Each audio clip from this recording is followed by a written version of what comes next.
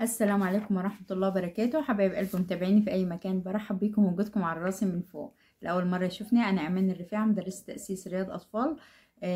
فاللي حابب أي موضوع أتكلم فيه بخصوص أي حاجة أو أي مشكلة تتعلق بالأطفال في السن ده أو السن الصغير اللي هو ما قبل المدرسة يكتب لي في التعليقات وأنا تحت أمركم طبعا.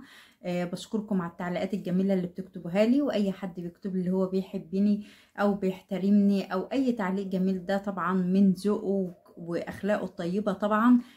وربنا يا رب يجازيه كل خير عني وعن الكلام الحلو اللي بترفعوا بيه معنوياتي دايما يا رب العالمين.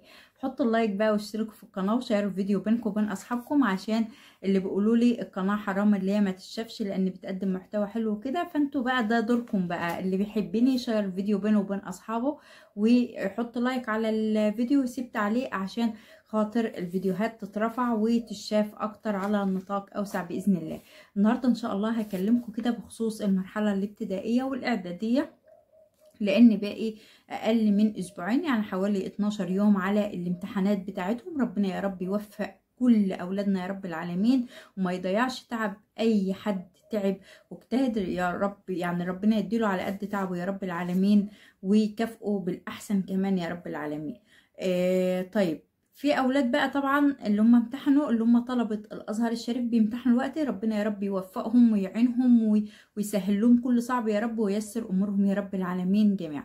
طيب، احنا بنتكلم الوقت على طلبة الحكومي واللغات اللي هيبتدوا بعد 12 يوم بالظبط او اقل، يعني حوالي 12 يوم 14 يوم، هو لسه اسبوعين من تاريخ الفيديو النهارده.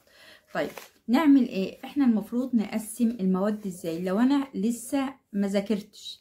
هو طبعا ما فيش مستحيل، يعني عشان ما اكونش بكذب عليكم، مستحيل اللي يكون فيه ولد ما ذاكرش او بنت ما ذاكرتش طول الترم وهتيجي تلم المنهج كامل في الفترة دي، او هتقدر تنجز في الفترة دي اللي هي تجيب مثلا درجات كويسة او تقفل المادة كلها او المنهج كله زيها زي مثلا الطالب اللي اول باول بيراجع وبيذاكر وبيحل امتحانات وبيحل اسئلة وبيقيم نفسه اول باول. ده طبعا مش هتساوي خالص نهائي. يعني سبحان الله في فرق كبير بينهم. فانا عشان ما اكونش بضحك عليكم واكون صادقه معاكم واكون صادقه مع اي ام حالها ضعيف اللي هي محتاجه اللي ابنها يذاكر ويجمع المواد وتفوق له اليومين دولت اللي هم ايام الامتحانات والمراجعه، بغض النظر يعني ممكن يكون حصل لها ظروف، ممكن يكون مثلا ما فاتش الا الوقت، ممكن اي كان السبب بقى. المهم احنا عايزين نبدأ الاسبوعين دولت، نعتبر الاسبوعين دولت هما، انا ما فتحتش كتاب خالص وعايزه ابدأ الاسبوعين دولت اللي هنلم المنهج واعرف ايه اللي بيجي في الامتحان واعرف ان شاء الله احل في الامتحان ولا الامتحان سهل بالنسبه لي. طيب نعمل ايه؟ انا بتكلم عن طلبة المرحله الابتدائيه وطلبة المرحله الاعداديه لان هما الاتنين سواء.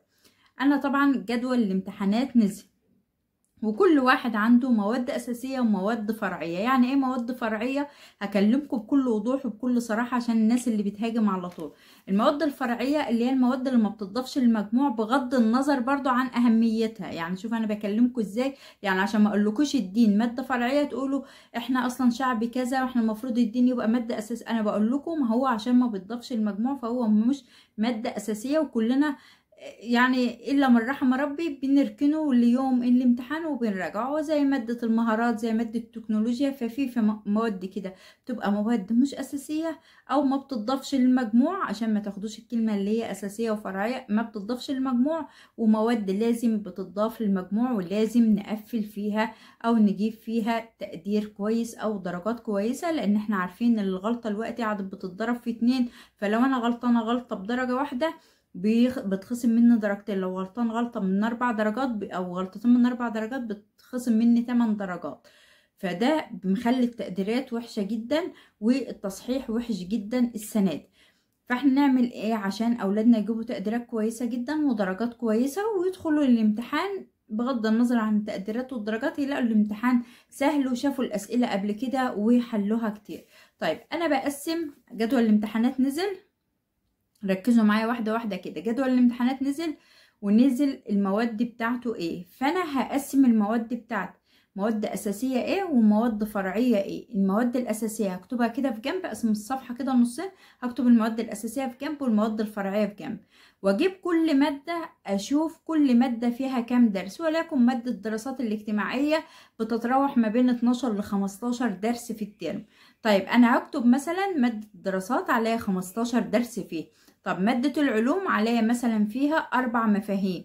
مادة مثلا اللغة العربية بناخد مثلا التعبيرات الكتابية، النصوص، موضوعات القراءة. فالحاجات المهمة اللي احنا ملزومين بيها، اللي احنا نعرف منها معاني او نعرف منها مواطن جمال او كده، هنلاقيها مثلا في كل هم 6 موضوعات، حوالي في كل موضوع مثلا 4 دروس، يعني 24 درس او 20 درس. بالنحو بقى، بالإملاء، بقواعد الإملاء، بالقراءة، بالنصوص، بأيا كان. طيب أنا هلم كده المنهج أكتب فيه بالظبط أنا واخدة فيه ايه بالظبط، او همتحن في ايه، او المنهج عبارة عن ايه. الانجليزي مثلا عبارة عن 6 وحدات او 7 وحدات، كل وحدة فيها كام درس مثلا، وليكن 3 دروس 4 دروس، يبقى في ال7 وحدات ب28 درس بكتبه. طيب انا خلصت كده وظبطت نفسي وعرفت المواد اللي هي مش هتضاف للمجموع، زي التكنولوجيا، مهارات، دين، حاسب، ايا كان بقى المادة اللي هي مش اساسية معايا، فهحطها في الجنب التاني. واكتب برضو فيها انا خدت فيها كام فصل، كام موضوع، كام درس، وهكتب برضو نفس اللي انا عملته في المواد الاساسية. فهقسم اليوم بتاعي ازاي؟ طبعا الاسبوعين دولت هنبقى ما بنروحش المدرسة. طيب هقسم اليوم بتاعي ازاي؟ او لو حتى رحت المدرسة او لو رحت دروس، انا لازم اقسم اليوم بتاعي ولازم افوق لنفسي كويس جدا. هقسم اليوم بتاعي اللي انا هذاكر فيه مادتين اساسيتين ومادة من المواد الفرعية دي، مادتين اساسيتين ومادة من المواد الفرعية. انا بقول لكم بنقسم اليوم ازاي وكام ساعة للمذاكرة، وبنقسمه قد ايه الجلسة الواحدة في المذاكرة، وبعدين هقول لك تقسمي المادة ازاي وتذاكريها ازاي. يبقى انا قسمت اليوم بتاعي ما بين مادتين اساسيتين زي مثلا وليكن عربي ودراسات، وماده فرعيه زي مثلا تكنولوجيا او مهارات او اي سي تي، عشان محدش يقول تكنولوجيا ايه، اي سي تي، او مثلا دين او كذا. طيب قسمت كده مادتين اساسيتين وماده ما بتضافش للمجموع، وهذاكر منهم كل يوم. طيب اذاكر كل يوم قد ايه؟ اذاكر في اليوم ما بين 5 ل6 ساعات. يعني 5 ل6 ساعات ده كتير قوي يا مس، احنا هنجيب الوقت ده كله منين؟ على فكرة اليوم طويل جدا جدا. احنا لو صحينا من الساعة 9 الصبح للساعة 12 اللي هو ميعاد المدرسة اللي كنا بنروح فيه المدرسة، فهنلاقي دي كفاية اهو، وطول النهار باقي النهار للدروس وكده. طيب انا الدروس اترحلت الصبح وباقي النهار بقى فاضي. المهم انا هظبط وقتي اللي هو يكون في اليوم 5 أو 6 ساعات مذاكرة مذاكرة مذاكرة مذاكرة من نار، وانا باذن الله كفيله اللي انا الم فيهم المنهج دولت ال5 6 ساعات دولت. واقول لكم تلموهم ازاي. طب اذاكرهم كلهم ورا بعض؟ لا، انا هاخد في كل ماده نص ساعة بس، نص ساعة أنا هذاكر فيها كل مادة. طب أنا كده هذاكر نص ساعة في مادة ونص ساعة في مادة، يبقى كده ساعة، والمادة التالتة مثلا نص ساعة، يبقى كده ساعة ونص. أمال 5 6 ساعات؟ أنا هقول لكم ال5 6 ساعات الباقيين هنعمل فيهم إيه. طيب يبقى احنا كده مذاكرة حاجات أساسية اللي هو نص ساعة في المادة. أنا هذاكر مادة، أجيب فصل درس أحفظ معانيه، أراجع على أهم النقاط اللي فيه. المهم اللي أنا هذاكر المواد دي. طيب أول حاجة أنا خطوات كده عشان تريحنا في المذاكرة، اللي أنا هبدأ بالمهم. يعني ايه هبدأ بالمهم؟ يعني لما انا اجيب مثلا كتاب زي كتاب الدراسات، زي كتاب العربي، زي كتاب مش عارفه ايه، انا مش هاجي مثلا في كتاب العربي وليكن هديكم مثال، مش هاجي عند قصه استماع هقراها، مش هاجي مثلا عند درس قراءه اقراه، لا، مش هاجي مثلا عند درس نصوص اقراه. انا هقول لكم تاخدوا الزتونه كده اللي في الماده كلها. يعني درس مثلا اللي هو القراءه المتحرره، هعرف المعاني بس اللي جنبها علامه كتاب المدرسه، هي دي اللي هتيجي منها في الامتحان. دي بتبقى مفردات شائعه بيجي منها في الامتحان. هاجي مثلا عند النصوص، اعرف مين مؤلف النص عشان ممكن يجي لي، احفظ النص عشان ممكن يجي يقول لي كمل، ودي مستبعده طبعا. واعرف المعاني اللي هي جاي جنبها كتاب المدرسه ومواطن الجمال. خلاص عرفت ده، اجي عند النحو، اعرف النحو واذاكره واحل عليه. يبقى انا كده ببدا بالمهم. يبقى انا كده الماده كلها ممكن اجيبها في نص ساعه، والله قسما بالله لو مشيت بالطريقه دي ممكن الماده كلها نقفلها في نص ساعه مذاكره ومذاكره من نار. طيب اجي عند ماده الدراسات مثلا، انا مش هجيب مثلا الدرس الاول مثلا وليكن هو بيتكلم مثلا عن نظام الحكم في مصر مثلا، انا مش هجيبه اللي انا مثلا اقعد اذاكر السلطه التشريعيه، لا السلطه التنفيذيه، لا السلطه القضائيه وبالتفصيل ممل، لا انا هجيب على ملخص الدرس اللي بيكون في اخر كل درس الملخص، وهذاكر الملخص ده هحفظه صم، لان الملخص ده ما هو عباره عن تلخيص الدرس والحاجات المهمه او الزتونه اللي جايه في الدرس، فانا هحفظه صم صم صم. خلاص حفظت الدرس مش هياخد مني حاجة، وراجع وازيد واعيد واكرر طبعا في الدرس اللي انا قرأته او حفظته. وبعد ما بذاكر وبخلص ما اقولش ان انا ماسكة الكتاب كده خلاص، لا ده انا هقوم ملخصة كل اللي انا ذاكرته، يعني اول ما اخلص على طول الخص كل اللي انا ذاكرته، زي اعمل خريطه ذهنيه كده اهم النقاط اللي انا ذاكرتها في الدرس ده، مثلا اهم الاسئله اللي هتيجي في الدرس ده، اهم حاجه تلخيص الدرس كده، يعني زي ايه عناوين عناوين عناوين كده، اعرف انا لميت الدرس في دماغي ولا لا. طيب يبقى ده كده بعد ما احنا بنبدأ بالمهم بنعمل الحاجات دي، اللي انا بكتب الملاحظات مثلا، بكتب مثلا بعمل خريطة ذهنية، بكتب ملخص صغير. طيب الحاجة اللي بعد كده اللي انا اراجع بذكاء، اراجع بذكاء ازاي؟ انا اجيب مثلا الامتحانات اللي قبل كده، اهم الاسئله على الدرس، واخد من كل، يعني مثلا ما حدش يقول لي ده الاسئله على الدرس مثلا 3 صفحات او 4 صفحات، انا اعملهم ازاي؟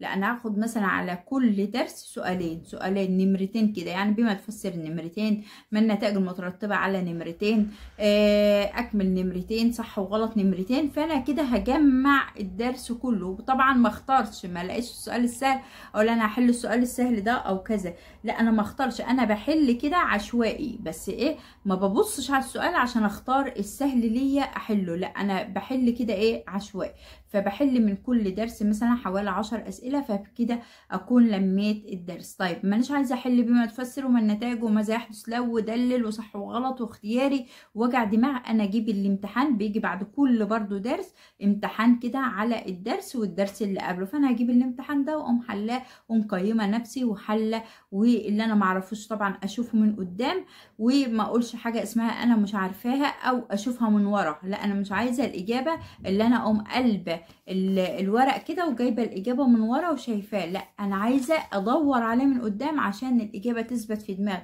خلاص قرات السؤال فبحاول ادور له على اجابه، فهبص من قدام اشوف الاجابه بتاعته هتبقى ايه، فطبعا هعرف الاجابه فهكتبها، فخلاص الاجابه ثبتت في دماغي. طيب ده كده نحل كتير طبعا، عشان الحل كتير بنتعلم من اخطائنا وبيثبت المعلومه في دماغنا. ده كده الخطة او المهم اللي احنا هنركز عليه. طبعا انا قلت هنقسم الايام حسب عدد الفصول او عدد الوحدات، وطبعا ببدأ الجدول من ورا، يعني اخر يوم فيه عليا انجليزي ومهارات انا هجيب انجليزي ومهارات مثلا في الاول ابدأ بهم مذاكرة، اللي هم الانجليزي والمهارات ابدأ بهم مذاكرة، وارجع بقى المادة اللي قبلها اللي هي يعني مثلا قبل الانجليزي والمهارات مثلا علوم مثلا ورياضة، اجيب العلوم والرياض المادة اللي قبلها كذا لحد ما اوصل لاول يوم، وكل يوم هكذا. يبقى احنا قلنا في كل يوم هنذاكر مادتين اساسيتين ومادة فرعية، ونقسم عدد الفصول وعدد الوحدات اللي موجودة في كل كتاب، فهتلاقينا ان شاء الله هنخلص بسرعة. وطبعا كل نص ساعة بنرتاح 5 دقايق، وكل وبين مثلا نص ساعة ونص ساعة ونص ساعة ونص ساعة احنا ارتحنا 5 دقايق بين كل واحدة، خلاص يعني نذاكر 4 مرات اللي هما الساعتين بنرتاح نص ساعة فيه. طيب وزي ما انا قلت عدد الساعات لو قليل هتلاقيه طبعا مفيد جدا عن عدد ساعات كتير.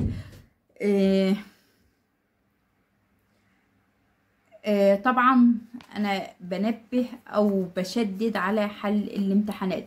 يبقى احنا خلصنا ذاكرنا مادتين اساسيتين، طبعا واحنا بنذاكر بنعلم كده في الفهرس بتاعنا او بتاع الكتاب على اول ماده احنا ذاكرناها، او مثلا خلصنا الموضوع الاول ده مذاكره وحلينا عليه، خلصنا الموضوع التاني ده مذاكره وحلينا عليه، فبنعلم في كل كتاب كده.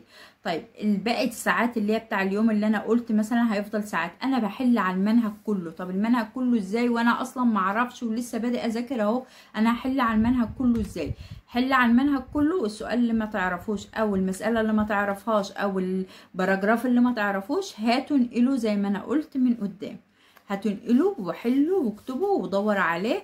واصلا في البحث او في التدوير على الاجابه انت بتعرف الاجابه. بس ارجوكم ما تجيبوش الاجابات زي ما انا قلت من الحاجات المحلوله ورا، هاتوا الاجابات من الدرس من قدام.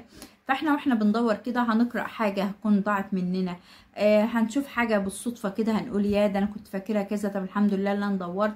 فتلاقينا غطينا المنهج كله طبعا في ال10 ايام او ال12 يوم دولت. اهم حاجه طول ما احنا بنذاكر ورقه وقلم معانا، ورقه وقلم. خلصنا اللي بنذاكره بنعمل خريطه ذهنيه او ملخص كده. بجيب ماما واضحك عليها واقول لها تعالي يا ماما لما اقول لك كده انا استفدت ايه، او انا قرات ايه، او انا فهمت ايه، واقعد احكي لها ملخص الدرس. انا وانا بحكي اساسا او وانا بقول ملخص الدرس او اهم النقاط اللي انا ذاكرتها في الدرس، هحس ان في حاجات غايبه عن دماغي. ده نسيت دي، طب انا كنت قارئاها ونسيتها، طب انا هجيبها تاني واركز عليها. فهتلاقي المعلومه ثبتت قسما بالله. لو عملنا اللي احنا بنحكي الدرس او بنشرح الدرس لاخونا لاختنا لنفسنا حتى في سرنا كده، غمض عيني كده واقول مثلا ذاكرت مثلا وليكن انا مش متذكره، وليكن مثلا انواع التجويه. مثلا هقول تجويه كيميائيه وتجويه ميكانيكيه. تعرف التجويه الكيميائيه، تعرف التجويه الميكانيكيه، امثله على التجويه الكيميائيه، امثله على التجويه الميكانيكيه، ايه هي التعريه، ايه هي الترسيب، ايه الحاجات المؤثره فيهم. فانا بحط في دماغي كده وتلاقيني براجع. طب انا جيت في حته زي الترسيب مثلا، انا في حاجات وقفت عليا او مش متذكره، مع ان انا كنت قارئها وعارف اللي فيه موجود حاجه زي كده. بقوم فاتح الكتاب على طول وشايفها وقارئها تاني ومذاكرها وعاملها على طول ملخص في دماغي او ملخص بورقه وقلم.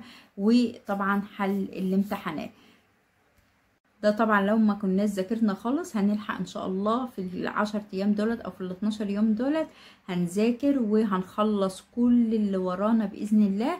فحاولوا كده وما تكسلوش وما حدش يقول انا ما عملتش اللي عليا. يعني العبرة بالخواتيم. مش وهحكي لكم مثال كده زي القصة اللي احنا كنا على طول عارفينها، اللي هي قصة الأرنب والسلحفاة. الأرنب كانوا دخلوا في سباق، والأرنب فضل يجري وقال للسلحفاة انا هسبقك. وبعدين كل ما يبص يلاقيها ورا بكتير يقول ما انت طبعا سابقه، واخد ثقة في نفسه.